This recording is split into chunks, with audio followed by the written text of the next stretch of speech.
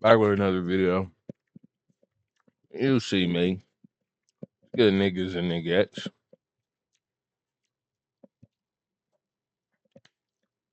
Got another crazy vid. Got some eats. My Duke's on the skillet, you feel me? He execute his whole family over sleepover with girlfriend. Gotta see it. Pops just told me to watch it. Gotta watch it. You'll also see no physical And the little Milford back here look kind of alright. I can get her together. No cap. evidence tying Raymond Childs III to those weapons. No fingerprints, no DNA. He shot his brother once in the back of the head as he was watching television. As a lawyer, I know she hated this shit because this nigga was guilty as hell.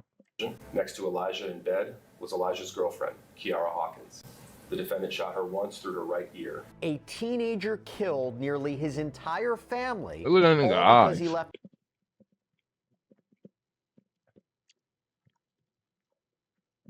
Alright, I was reading this. Oh, that shit evil.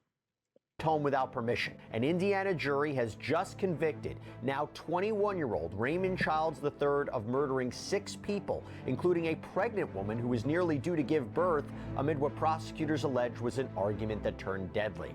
We're going to sit down with criminal defense attorney Bob Bianchi to get to the bottom of this case and look ahead to the sentencing. Welcome to Sidebar, presented by Law and Crime. I'm Jesse Weber. He's a The dumbass jury nigga. deliberated for just about 3 hours Over a before sleepover? 21-year-old Indiana man Raymond Childs III This of is in 6 my counts state of too. murder and the brutal slaying of his own family members. And his conviction came months after a judge declared a mistrial the first time around after a witness in his first trial verbally confronted him in front of the jury.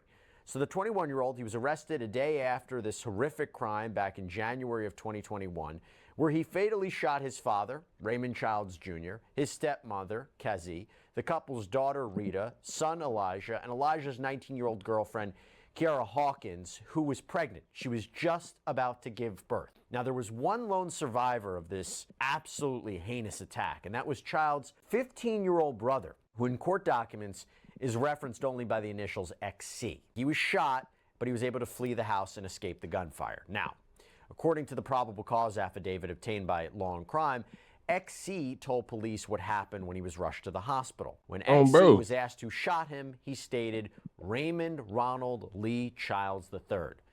And it actually gets more heartbreaking from there because when he's asked about his parents, this is what he says. When medical staff spoke with XC about locating his parents so that they... Bro, he couldn't even process everything, bro. The nigga just got shot. His mom and them just got shot. His brother just got shot. His sister-in-law just got shot.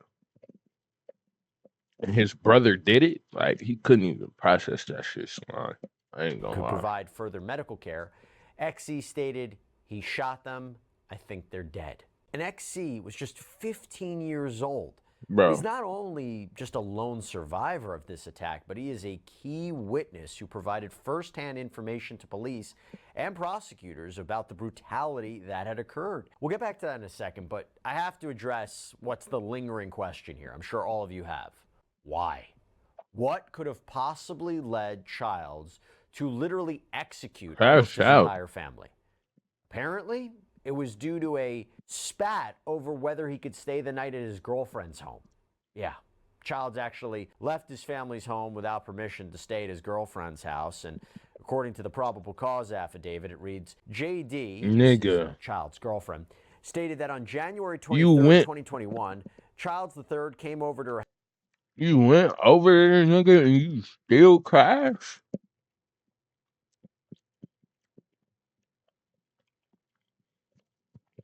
House to spend the night. While he was dude. there, he got a phone call from his dad telling him to come home. JD stated that sometime between 2 a.m. and 3 a.m. in the morning on January 24th, Childs III drove back over to the house on a white Chrysler. Childs III stated that his father had kicked him out. But we know that version of events is not true because Childs had actually gone home to kill his family before coming back to his girlfriend's house. To be clear, she didn't know about this when he came back, but a surprising phone alert would sooner raise some suspicions for her. Why? It says, the probable cause affidavit, about 30 minutes after Childs III arrived back at JD's home, JD received an alert on her Citizens app that there had been a shooting on 36th Street. Soon after, there was another alert regarding a shooting on Adams Street, and this is where the family lived. JD asked Childs III if he knew anything about the shooting, and he said no. Now, if this isn't enough evidence so far that something terribly wrong had occurred, there's yet another suspicious situation that arises. This time, when JD drives Childs to a different residence in her Chevy Impala following the sleepover. Listen to this part of the affidavit about the evidence that Childs actually left behind, wrapped in a bundle of clothes. Quote, when they left, Childs III placed the clothes by his feet in JD's car. When they got to where Childs III wanted to go, he took the clothes with him. Shortly after JD pulled off, she hit the brakes and saw a magazine clip, meaning a firearm magazine clip, fly forward on the passenger's floorboard of her Impala. Detectives, they obtained a search warrant on the girlfriend's vehicle. They did indeed recover this magazine clip that you can see right there. And detectives then tracked down Childs, arrested him after taking him to their homicide office. Now, I had mentioned earlier that Childs' younger brother, 15-year-old XC, would prove to be a very vital witness. But a few days after this incident, detectives talked with him more at the hospital, and he told them the exact timeline of the shooting as he saw it from inside that home. Quote, XC told them that before the shooting, his father had asked him to put some water in a bottle, so he went to the bathroom to fill it. At that point, he heard 2 gunshots. His father got out of bed, ran to the stairs, and said, "What was that?" He then heard his sister RC say, "Raymond shot Elijah." Another gunshot went off, and he heard his dad say, "I'm sorry, Raymond, I love you." Wow. Now, XC was still inside the bathroom, makes his escape at this point, but Childs chases him outside. He even offered his older brother money to not kill him,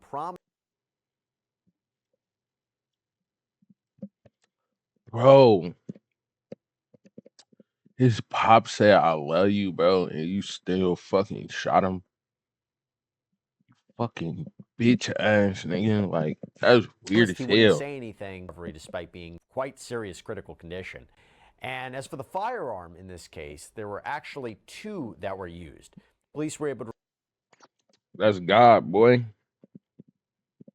That's God. That nigga was supposed to survive, nigga.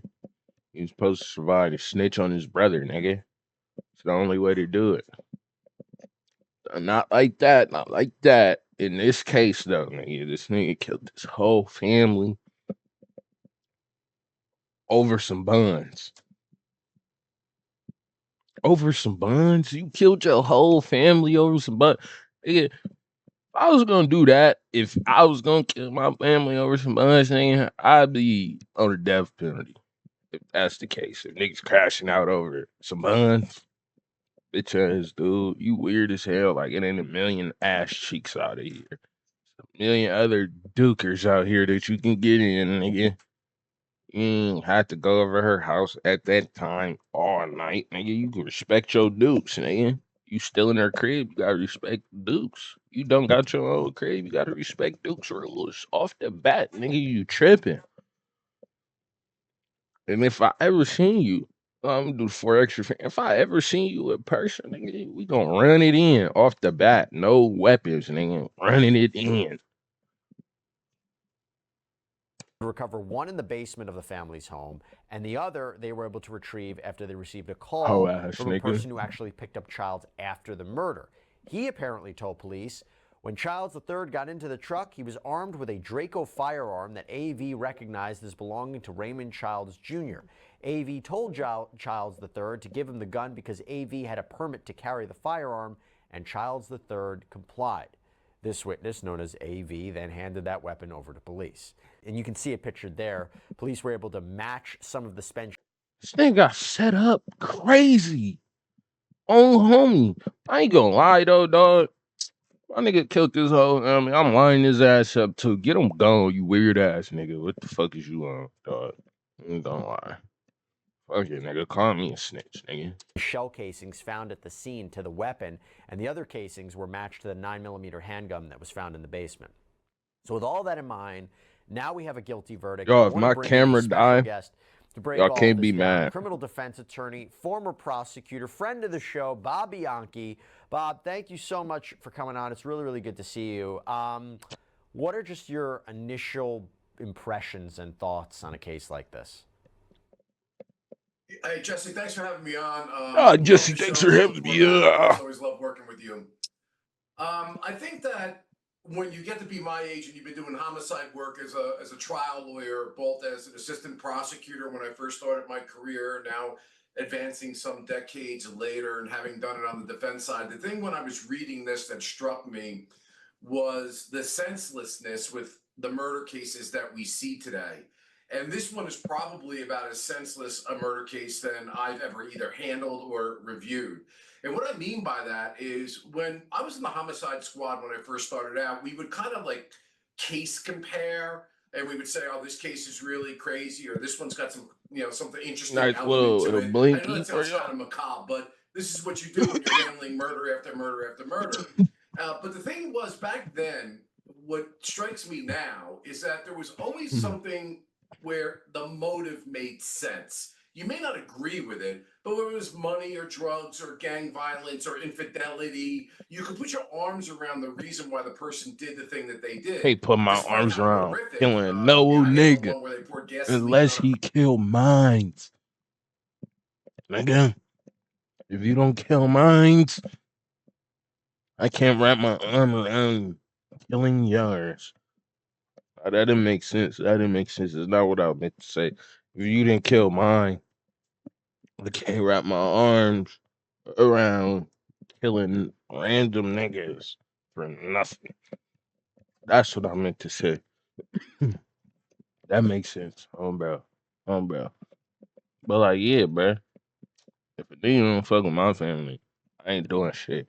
Like, if a nigga kill my brother, yeah, nigga.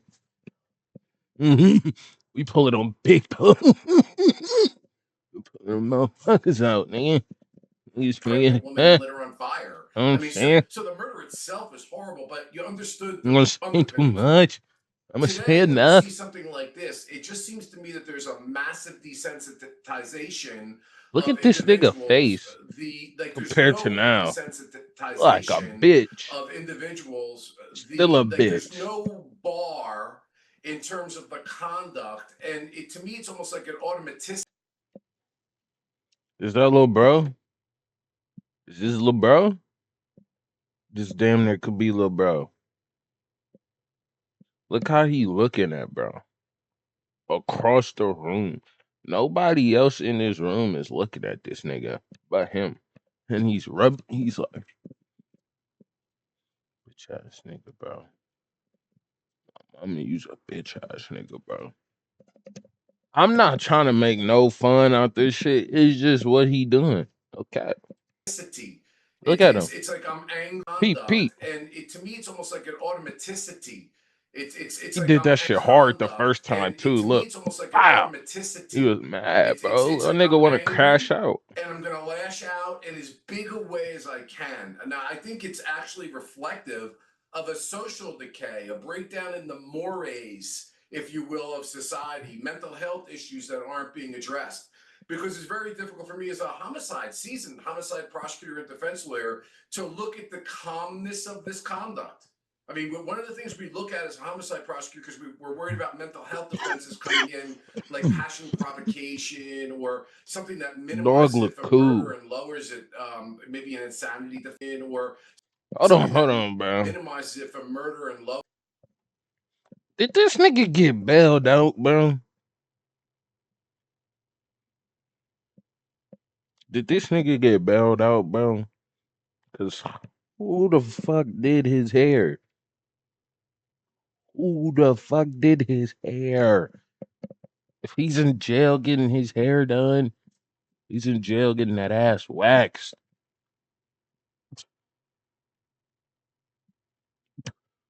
That's what I heard. Like,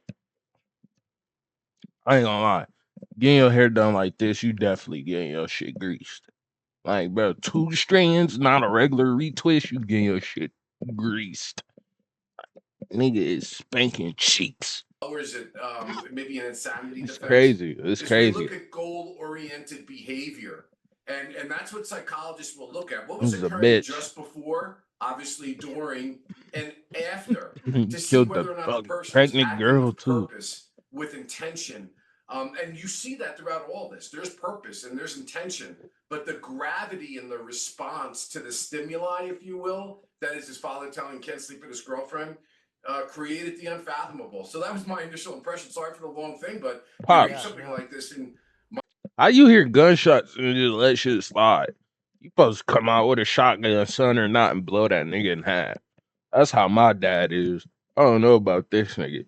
My dad, if I did fuck shit like that, he heard one shot go off of my dad coming out room. Strappy, some type of strap him. Niggas getting shot. Straight up. my big thing was, as a defense lawyer, I got to get this guy over to a psychologist as quickly as possible to see if I can establish a psychiatric defense. What struck me is these appeals to his emotion. His father saying, Raymond, I love you. His younger brother saying, please don't shoot me, don't kill me. I won't say anything. And he just continued through. It's such a chilling thing to think about Weird ass anybody nigga. doing this to another human being, but doing this to your own family members, no mercy whatsoever. That's what really, is so chilling and sticks with me. I did want you to put on your I'm so prosecutor's. glad little bro got away, bro. Oh God, like that was God, bro. Cause he was supposed to testify, bro. Hat for a second, because we talked about some of the evidence. What did you think were some of the strongest pieces of evidence that the prosecution had on him? Oh, well, I guess I can answer that by looking at it as a defense lawyer. Like, as a prosecutor, what I say to myself is, and it's kind of like backwards, like, what is the defense going? I ain't gonna lie, bro. You did not answer that fucking question right. Fuck, nigga. He didn't ask you if you was a defense lawyer, nigga. He asked you if you was a prosecutor. He asked you what was the most evidence y'all had. I know you gonna get there, but why the fuck you just talk that much to get there? You need Going to. to do? All right, how is the defense going to try to make an argument here? And so I'm evaluating it from both perspectives. When I was looking at this case, I was thinking to myself, where is the defense going to go with this case? And as a prosecutor, I think that there's very little that I would be concerned with, because I think when you ask what is the most significant piece of evidence, I don't think there's a particular piece of evidence, but I think it gets to something that you just talked about, the chill. Bro, you just blabbed for a whole 30 seconds for nothing, nigga. You still ain't said it. Nature of the reaction to such a low stimuli is something that I think is the most powerful concept for the prosecutor in the case. So it's very difficult. Nigga, who are you on here trying to be like Einstein? Like, buddy, nigga using these big ass words, talking all extra, like, nigga, just talk normal. I've had cases where the person was completely mentally incapacitated, had no idea what it was that they were doing. They've got a long history of psychiatric issues. They decompensate off their medications and basically could not form an intent to kill. Here, the intent to kill is so clear. His flight afterwards is so clear. The evidence against him, the statements by his own family members begging for the money not to to kill him, the statements made by the father, the girlfriend, in the evidence. The case was very, very solid. It's one of those where the defense attorney, I think, looks at it and says, Bro looked like listen, he was this is possessed when he the did one that I shit. brought to the dance. I got to do my best to see if the government can prove its case beyond a reasonable doubt, but I don't think the defense was under any illusion other than that this was going to be a conviction and a life sentence for this individual. So the defense was, my understanding, faulty investigation. There was a misidentification, and that, well, if you have two guns, there were two shooters. There was something more nefarious. And I guess also the defense, I don't know this for sure, but I wonder if they also played up the fact, ladies and gentlemen of the jury, can you really believe a teenager, because he was a teenager at the time, would have gunned down his entire family in this fashion? Or does it make sense that this was, two different people that did it? So the faulty investigation, misidentification, two shooters. The jury didn't buy it, though. Yeah, they didn't buy it. And they came back with a verdict in 3 hours. So, I mean, they didn't buy it quickly. But listen, I mean, this is an argument that a defense attorney can make. Bro, that's a crazy argument. That's a crazy argument, dumbasses. The brother was still alive. He testified. Like, dog, y'all could have came up with something. Y'all really couldn't have came up with nothing, though. Like, I would have just gave up. And Hey, just I'm told, a bro, big you fan of done. defense lawyers making arguments about an investigation that I would was have not told, bro, complete. I you think that done. this is a big problem in our country. I see it all the time. And as a former prosecutor, in fact, I'm dealing with it right now. Some of the failure to properly investigate and not dot I's and cross T's. Jesse, listen, I've been at the scene. I've been there when the call comes in fresh from 911 that there's been a homicide. And I have watched people literally jump to conclusions in a heartbeat before they've gotten all of the evidence. And it's when you have this confirmation bias that starts to set in and they start getting sloppy with the investigation that things get missed. And there are many times, Jesse, that when I was in the power and I had the authority as the head prosecutor to reverse things, stop things, or do it, I would tell people to slow down. There were cases that we had where people jumped to the conclusion it was a medical event and a suicide, but yet it turned out to be a murder. And there have been times where they thought that there are many people that had no idea how close they came to having handcuffs put on them because investigators jumped to conclusions that later turned out not to be accurate. So I know that this is a big global question, but for me, a defense lawyer attacking a prosecution's sloppy investigation, Sure. not only do you do it in that case, but it benefits everyone across the country. Let me ask you this point about there was a challenge for the This nigga prosecution here talk because too this was the much. second trial. The first one ended in a mistrial because a prosecution witness confronted Childs on the stand. In fact, one jury member even said they can't remain impartial after what had happened, so a judge had to declare a mistrial. That's nothing that a prosecutor never wants to hear that, and it feels like there's a lot of pressure for the second time around. No? Oh, absolutely. I mean, you never, as a prosecutor, want to try the same case twice. It's like that proverb that they say: "A person who steps in the river never steps in the same river and is never the same person." It's true. As time goes by, and as more transcripts get created, and as more times witnesses are exposing themselves to cross-examination, or just the sheer nature of having to resubpoena a case and Just the redo a sheer case, always nature. inures to the detriment of the prosecutor. So I was always a fan of saying, I think that you may know this from coverage that we've done together. All right, bro. I'm not finna hear this nigga blabbing my ear, bro. Y'all like, comment, subscribe, man. That's a crazy ass story, bro. Niggas be tripping, bro. I could never do some shit like that, bro. I ain't gonna lie. As mad as I am, as much pussy as I don't get, I could never kill my whole family over some buns. I ain't gonna lie. It's crazy.